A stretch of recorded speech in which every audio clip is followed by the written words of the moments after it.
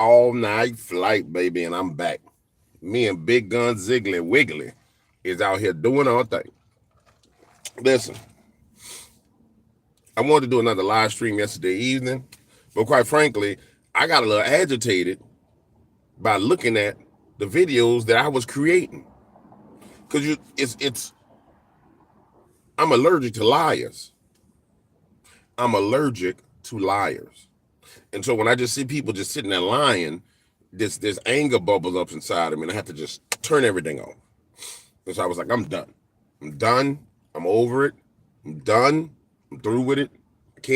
I had all I could stand. I can't stand no damn more.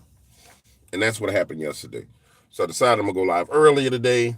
That way I can get y'all 2 live streams in. But I want to talk to y'all about this narrative that's going on right now in the media that Donald Trump on election day is going to attack somebody. That's the dumbest damn narrative I ever heard. He ain't going to be in power on election day. And if you know anything about the left, you know they project everything. Like everything that they're going to do, they project it on their enemy. That's truly what evil does. It projects everything that it's doing and will do on the person that is doing it too. It's a part of spiritually and mentally and emotionally raping a person by everything you're doing, you project it on them. So the evil person says you're evil. You know what I'm saying? The liar says you're a liar. The thief says you're the thief. The insurrectionist says you're the insurrectionist, right? And so that's what's going on in the news media right now. They're tripling down on this because they think that this is an effective attack. But anybody with common sense will sit there and say, hold on, man. If Trump wins on election day, he can't have any control until he's inaugurated. So anything that happens on election day is the Democrats doing it. But watch this. Trump did that interview with Maria Bartiromo, and she brought up something that I thought was very significant. She said, are you worried about what will happen on election day if you win? They have 30,000 Chinese illegals here. There's 16,000 murderers here. There's countless terrorists here. It was very important. Thank you. That's witchcraft. And it's very important that you really read between the lines of what she was saying. She was saying, hey, these people are crazy. They've let 30,000 Chinese in here. They've let 60,000 murderers in here. Do you think those people are going to go insane doing the violence around the time of the election?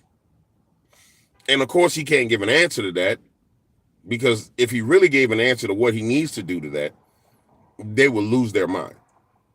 I mean, the media will lose their mind. So he says, we have an enemy within, a leftist lunatic enemy within. And he told you what was going to happen to them. But it cannot happen between November 5th and whatever, January 20th. It ain't going to happen. So what I've been saying on these live streams, you'll have to forgive me, guys. My voice is cracking because my sinuses acted up. I started blowing my nose. Snot just shoots out of place. And bada bing, bada boom, yada, yada. You know how it is.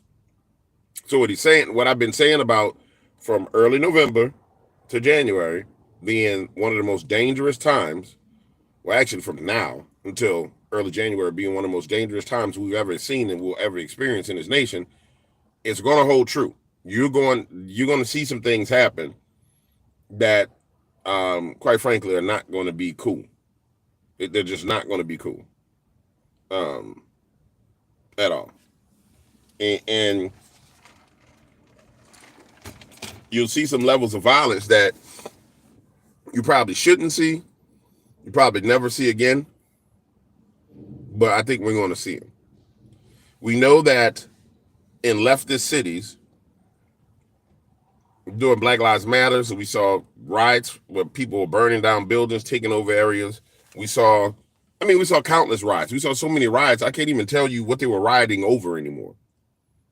We saw the chop in what was it? In this freaking Seattle, where they took over a whole neighborhood.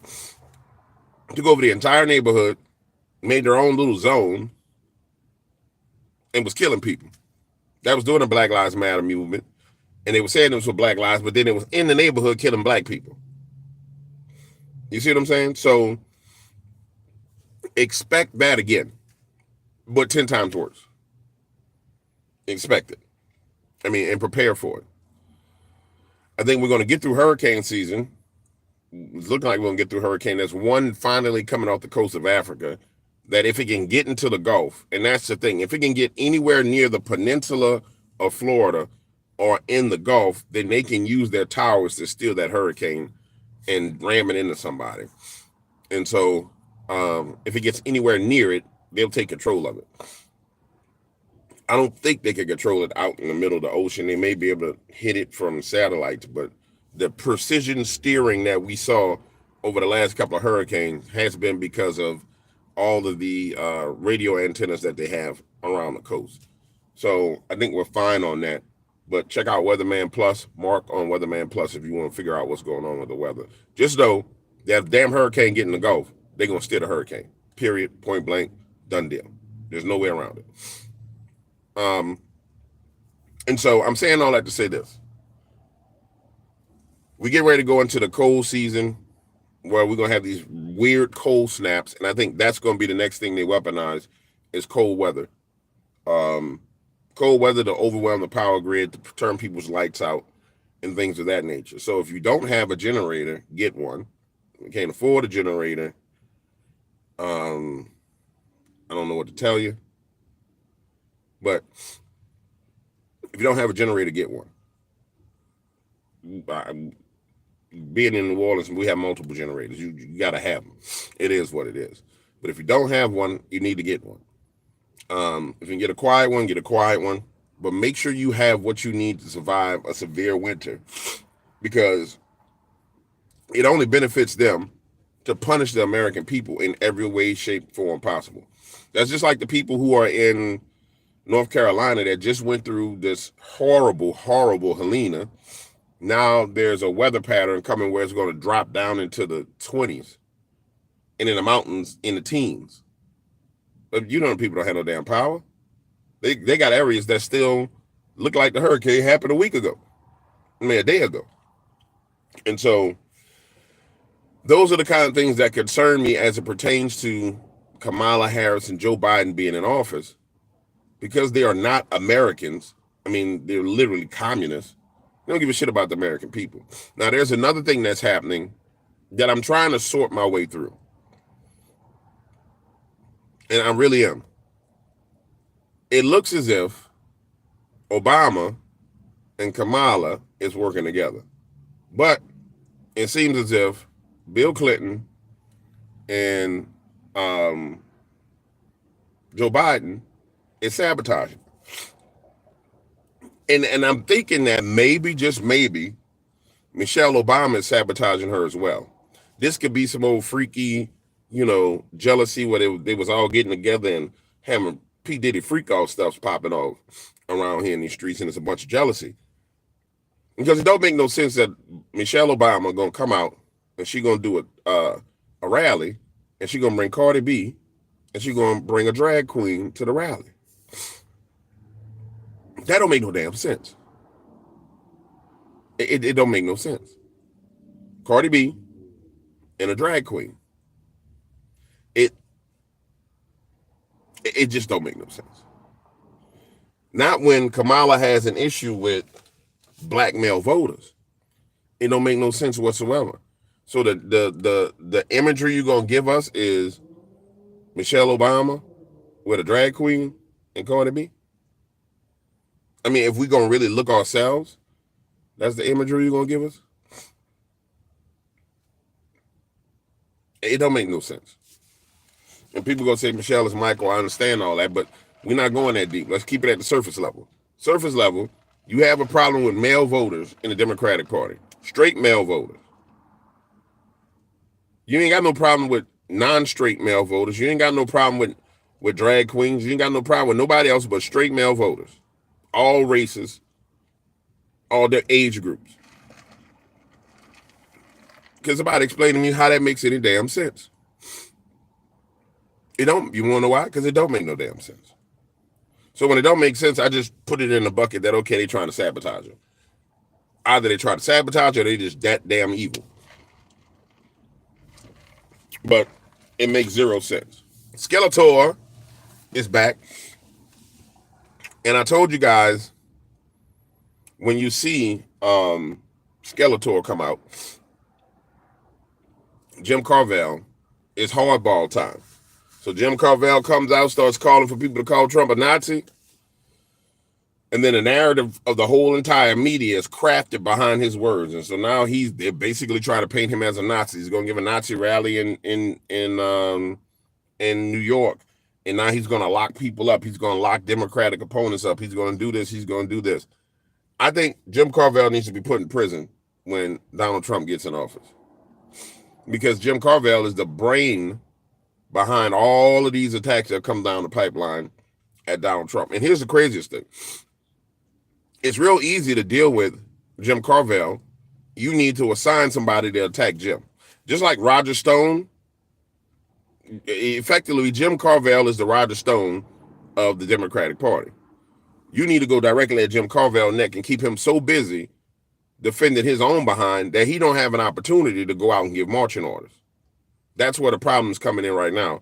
They let him just get on TV and nobody's called him out. Nobody said, hey, Jim, what about this about you? What about this? Nobody's called him out. So he's just a general on the battlefield. He's not surrounded. He's not attacked. He's just sitting there giving orders. The general on Trump's side of the field, and this is where Republicans kind of get on my nerve, conservatives get on my nerve. The general on Trump's side of the field, which was Roger Stone, behind the scenes, got slaughtered. I mean, he got surrounded with shields and spears and everything else, and they came at his neck. They knocked on his front door. They messed with his wife. They did all these different things. And it hasn't been done to Jim Carvell. And it has to be done to him. I mean, I'm sorry. It has to be done to him. I mean, he needs to be dealt with. I ain't saying put hands on a man. I'm saying put pressure on a man. The simple fact that he has zero pressure on him allows him to come out and give the buckets of water for the media to carry and everything else. And now you see where Kamala is starting to fall in line and listen to him, which means that he's getting more and more leverage in the Democratic Party, which means he's becoming the number one power broker, again, in the Democratic Party. So that's a major problem. I mean, that's a huge problem. Do I think it's going to be effective? No. Because it's the same stuff that everybody's heard over and over and over again. But is it going to be a little bit damaging? Absolutely. You can't have somebody throwing Molotov cocktails at your house and not expect there to be a fire. And the simple fact that you got to pour water on that fire is a distraction from something else you need to be dealing with. And so instead of pouring water on the fire, you hit the person across the head that's throwing the Molotov cocktails, and you ain't got to worry about no fires. And that's the equivalent of what's going on with Jim Carvell. I really wish somebody would get at his neck. And Trump needs to assign a surrogate to go directly at him and say, hey, you're the one who's allowed this person to be in office. Where do you stand on this? Where do you stand on this? Where do you stand on this? You're the one who advised them to do this, and just drop it all at his feet. And Jim would be shook because nobody's ever came at Jim like that. He's always been the kingmaker. But the fact that he came out into the news leaves him open for attack, and they should attack his behind.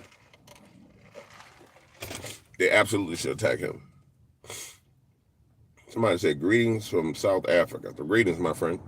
Guys, can we hit the like button? YouTube froze my chat again. It likes to do that, where it will freeze it to where can't nobody say nothing. That's just how they roll. What kind of crap going on out here in the parking lot?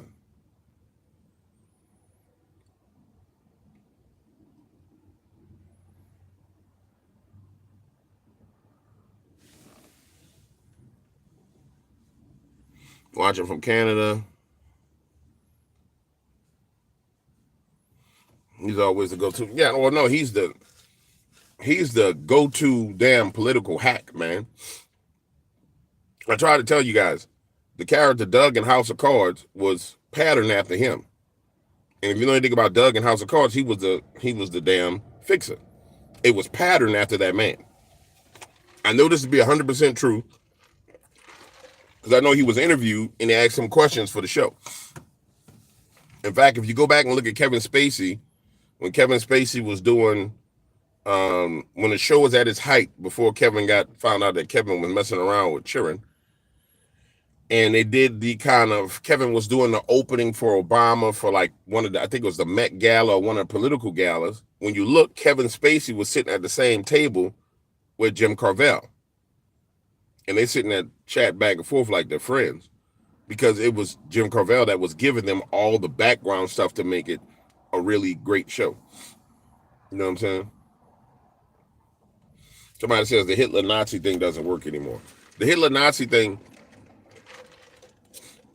it worked before, and so you run it again. It's like, it's anything in football. It's like a football game. If we run in a sweep to the right, you keep running that sweep till somebody stop you.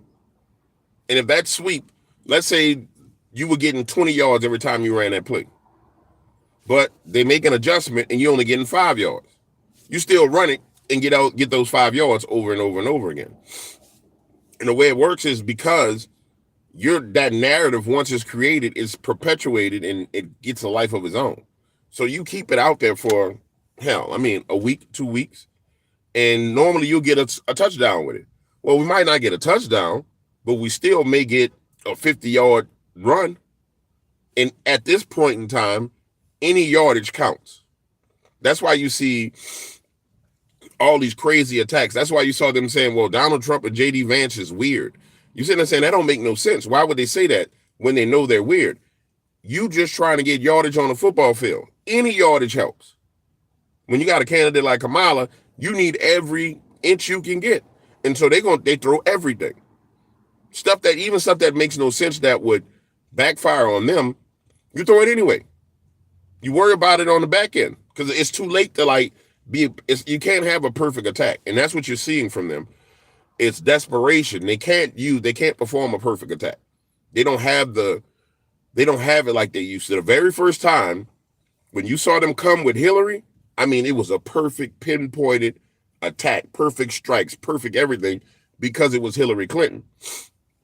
Because Hillary had the kahunas and the ability and the swagger and the ability to actually talk. She was dangerous. She's still dangerous to this day.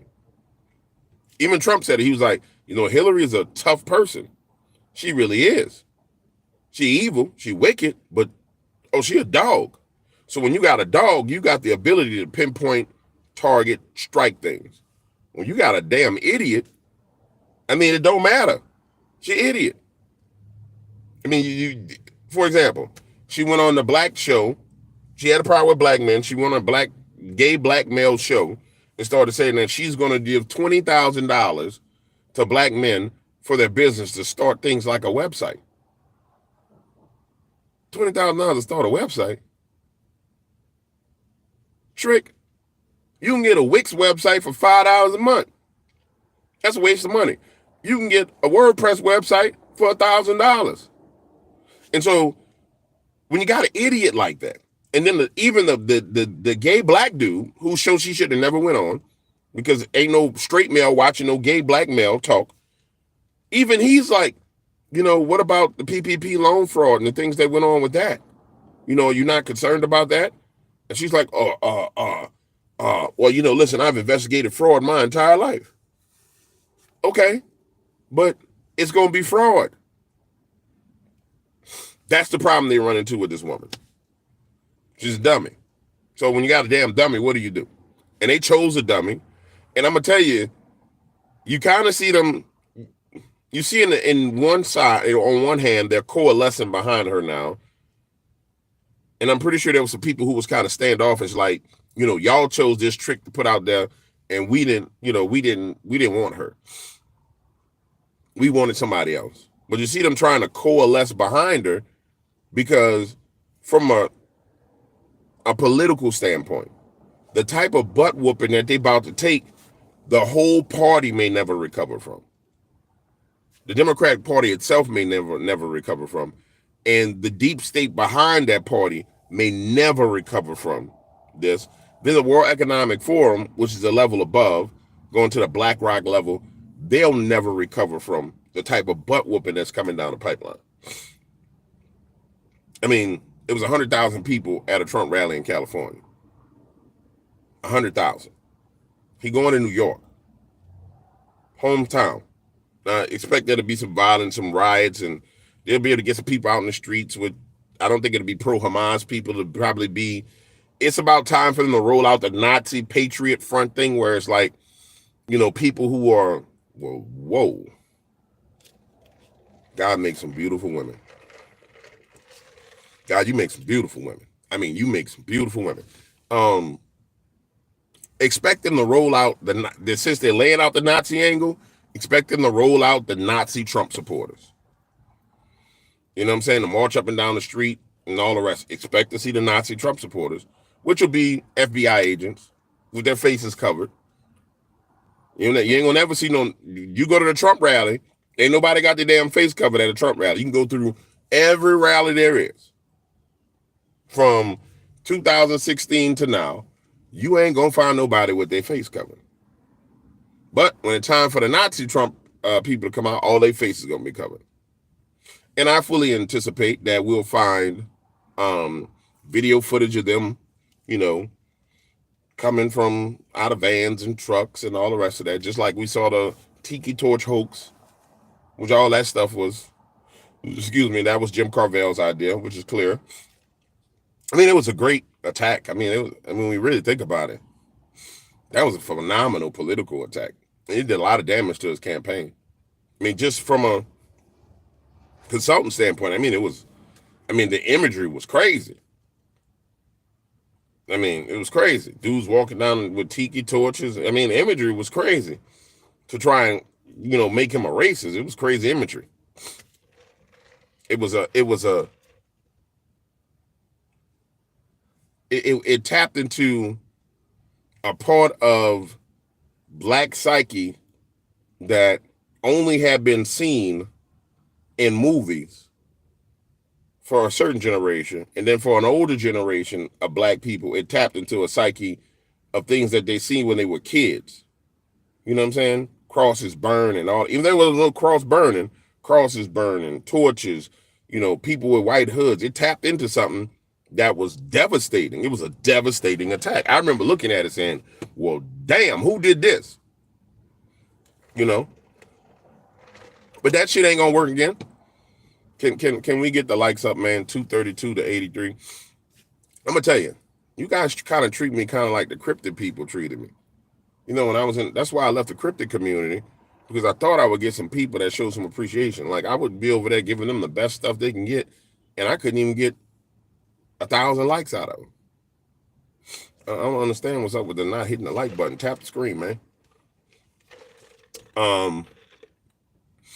And I'm coming live. You know what I'm saying? I could have recorded this shit and went somewhere and worked out.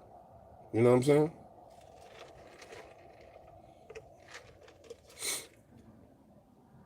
And so they're gonna push that narrative. And if I'm advising Trump, when they start pushing a racist narrative, which is what they're doing, racist Nazi narrative, I would push the narrative Kamala's dad is a communist. Straight up.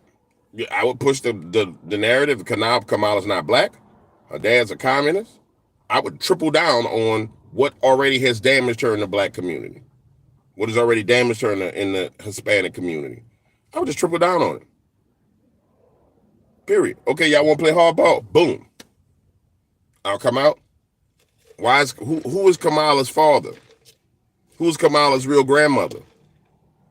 And now they got to stop all that attack and they got to go fix it. She gonna play victim. Oh, he's attacking my family. Blah. And everybody gonna go look. And they gonna see, well, what's this about her grandmother not being her real grandmother? And people gonna understand that Kamala came from a family of slave owners. But you gotta hit him. And if Trump don't want to hit him, have one of his surrogates hit him. And I think that's where, me personally, that's where conservatives veer off course. There's rules that they want of engagement they want to play by, and there are no rules. You just got to beat the hell out of somebody who's evil and wicked. I mean, you literally just got to grind their face into the ground, like my friends that are contractors say. Turn their face in the soup. Just grind it into the concrete and turn their face in the soup. And that's how you got to deal with them. You can fix it later. You know what I'm saying? You can fix it later. But that's the problem that we're running into. And it was a devastating attack. And you notice the attack on her being actually black was so devastating, they just moved away from the whole topic of blackness as it pertains to Kamala. And then when you go look at people like Eddie Griffin, very outspoken black comedians, everybody talking about she ain't black. So it was a devastating attack. And that's what you want to do. You want to devastate the person. The difference is the way Trump did it was he just asked a question and just injected into the conversation. And once it was injected into the conversation, it took a life of its own. And so I would just continue to do that. Like, for example, Tim Walz, weak spot. I mean, we don't know. I'm not going to say Tim Walz. Allegedly, I'm going to say it like this. Allegedly, Tim Walz is kind of touchy-feely with some youngsters. Allegedly. Ain't nobody talking about it. It ain't been brought to the forefront. Tim Walz's wife is super weird. If you look, she ain't been brought to the forefront. Doug Emhoff has clearly laid his hands on women. It ain't came to the forefront like it need to. And I'm not saying Donald needs to say that, but somebody needs to say it. Maybe a third level surrogate, fourth level surrogate needs to say it. And it's just, this is the last thing they got is the Nazi thing. Obama came out, spanked. Clinton came out, just stabbed in the back about the illegals. I mean, so it's one of those places to where, man, they don't have much left. This is all they got is racism. You know what I'm saying? And please understand, the reason why they playing a Nazi racist card is because they worried about black vote. And this is the thing that kills me. And I'm going to keep it 100% with y'all. I've been in rooms and had conversations with people. I don't think I'm going to say none of them names. Where we will sit down and we'll be talking about a political candidate. And I said, well, man, we need to make some demands of this individual. And they would say, well, no, he said he going to do A, B, C, D, E, F, G. We just going to help him get in. No, we need to make some hardcore demands of this person. The thing that kills me about the African-American leaders, excuse me, you see now, you got 10,000% more leverage. And this is probably the last time they're going to have this leverage in a political campaign. You have 10,000% more leverage than you ever had. And I'm going to say this is probably the last time you ever have this leverage because they're bringing in illegals and giving them driver's license to vote. So this is the last time you're going to have this kind of leverage. You don't see anybody going in and negotiating and saying, you see it on the conservative side, absolutely you see it. You don't see anybody going in on the Democratic side and really negotiating something that would help people. They negotiate things that help themselves. Don't get me wrong. You know, if you see Kamala at a black church, then that church doesn't cut a deal with Kamala. I mean, point blank, period. They probably got a 501c3. They're going to send some money to them. The one that got me was I didn't like the fact that she went to a Koinonia church. And I had to do some research because I love Koinonia Church out of Abuja, Nigeria. And I was like, this can't be the same Koinonia. So I had to do some research. It wasn't the same Koinonia. I was like, man, if this is the same Koinonia, I got a problem with the guy out of Nigeria because I'm not really with that, but it wasn't the same one. But nonetheless, you'll see where black pastors will make deals with them. And it's like to give them safe passage to come talk to their constituents inside of the church, but there's no deal negotiated on the behalf of a larger group of people. Like, oh man, we need this many jobs, we need this many corporations to come here, we need this, we need this. Nobody holds their feet to the fire. I like what I see, and this is why I became a conservative, because I like what I saw as it pertains to and this is way before Donald Trump came in office. I like what I saw as it came to Steve Scalise, when you could go sit down with Steve and say, hey, Steve, we need to do some things in the neighborhoods where there's some jobs. And Steve was like, well, what do you think we could do? What? Yeah, well, what do you think? It was surprising, because nobody asked what you think we can do. Let me get back to you. And you come back and you say, hey, this type of program would help create jobs. This type of program would help create jobs. Okay, well, let me have my people look at it. And then the people call you back. Well, we looked at it. This won't work because of this, but this will work. Oh, damn. Well, I'll be damned. Well, I'll be damned. That's all I can say was I'll be damned.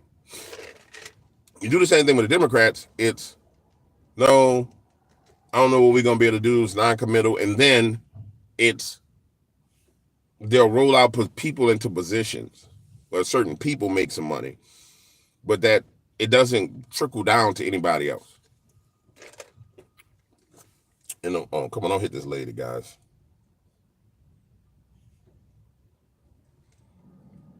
People are so damn selfish.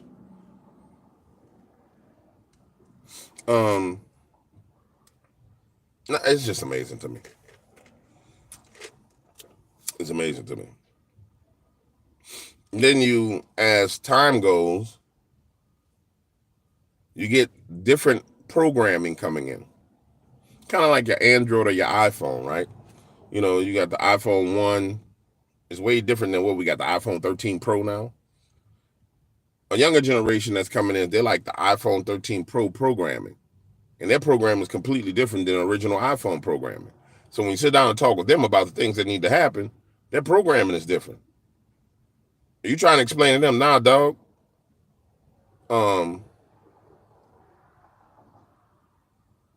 Lady, where you going?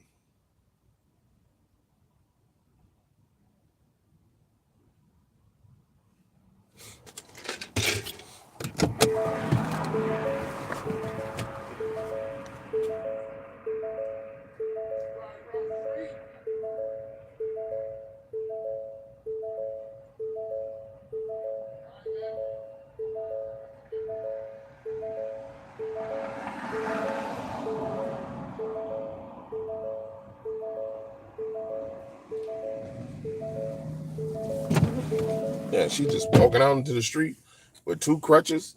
He was speeding at the lady, man, about to kill his lady. What I was saying, so you get different programming. So you got them coming in with the iPhone 13 programming, and you got the iPhone 1 programming. And you sitting there telling them, hey, this is how the game works. And they're like, no, that's not how it works. I'm an iPhone 13. I'm like, nah, the game been the same. The game don't change. And they come in with the new programming, and it's really a victim programming, and then they get victimized. I mean, they really get messed over. And then they come back and they say, well, this happened. Well, yeah, that's what happened, because the game don't change. They're going to tell you whatever they need to tell you, but this is what it is. It's a pool full of sharks. And you jump in it as a goldfish. No. That's a shark tank. Don't jump in that shark tank. Now, you can get in there with other sharks and learn how to swim, but don't just jump in the tank. And they just jump in the tank. A couple of them get in, and they become like feeder sharks, little sharks that swim under the bottom of the other sharks. And then they get a little bit bigger, and they get a little bit bigger, never realizing they're a feeder shark. And then the minute they move away from that big shark out into the open, another shark chomps them. Oh, I can't believe you bit me. Well, you a feeder shark, boy. You a feeder shark, boy. The only reason why you didn't get ate a long time ago is because you were swimming up under the belly of that megalodon. Anyway, let me stop talking like this. We all human anyway. That's all that matters. All right. I'll see y'all in a little while. I'm about to go do some videos, drop some videos. Then I'm going back to studying my trading. You know what I'm saying? Somebody telling me to get over it.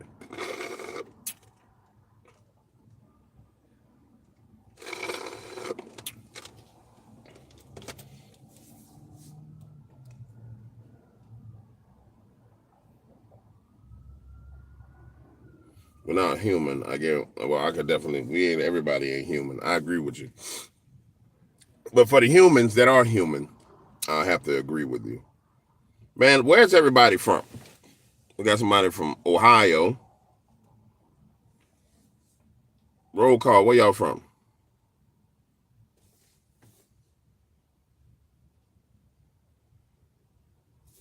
Marcy T, you been in here trolling this whole time?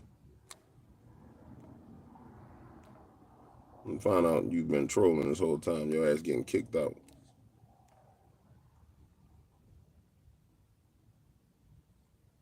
Oh, you ain't been trolling. We got Arizona, Tampa, Georgia. Somebody said my mama, Cryptid Tundra.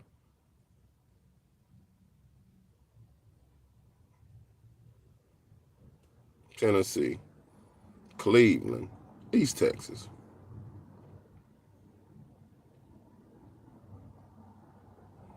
Florida, Inglewood. Somebody from Ha Ha Ha. Somebody from Australia. California knows how to party. Alabama, Oklahoma,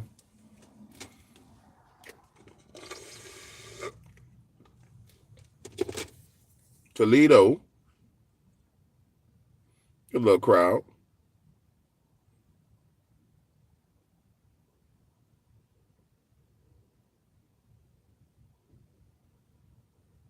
Marcy. Virginia. Buffalo. Yeah, it's a nice little crowd, man. It's a nice little crowd.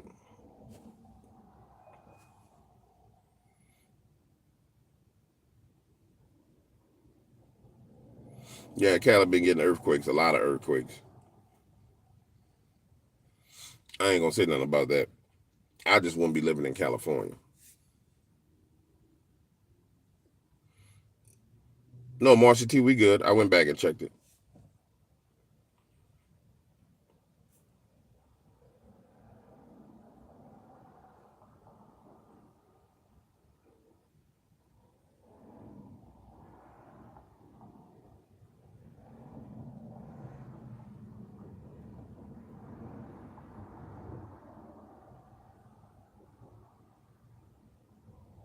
We're only human after all. Yeah, I did see that with Waltz trying to shoot a shotgun. That was kind of wild. Yeah, he didn't know how to load the shotgun. I couldn't tell if it was a one that broke, like a shotgun that you break, or if it was a one that you're supposed to load. Because I didn't watch the whole video. I just saw the pictures of it. It kind of looked like it was one that you had to break open and drop 2 shells in. But I find it hard to believe that that clown don't know how to break open a shotgun and drop 2 shells in. So it had to be one you had to side load. He didn't know anything about side loading a shotgun. It was a pump action shotgun, so he didn't know nothing about side loading it. Well, I mean, it makes sense to me. You know what I'm saying? Them dudes ain't a lot. I mean, it's just their programming is different. It's just the programming is different. Excuse me. Let me see. It makes all the sense in the world when people's programming is completely different. And their programming is 100% different. They're not going out into the woods hunting, shooting, fishing. Like, I'm not an avid hunter, but I'm damn sure a fisherman. You know what I'm saying? I ain't gonna starve. Give me a boat. I'll take it to a place where all we gotta do is hold shrimp in the water, and fish gonna come up to bite, and you pull them in the boat. Hell, give me a boat. I know where to go get me some worms. I know where to get me some fish. But I can't go on the hunt in the woods and stalk no deer. That's just not my thing. But I could damn sure find me some food to eat. You dig? And everybody not like that. Programming is just different in different regions. But I damn sure not shoot a shotgun.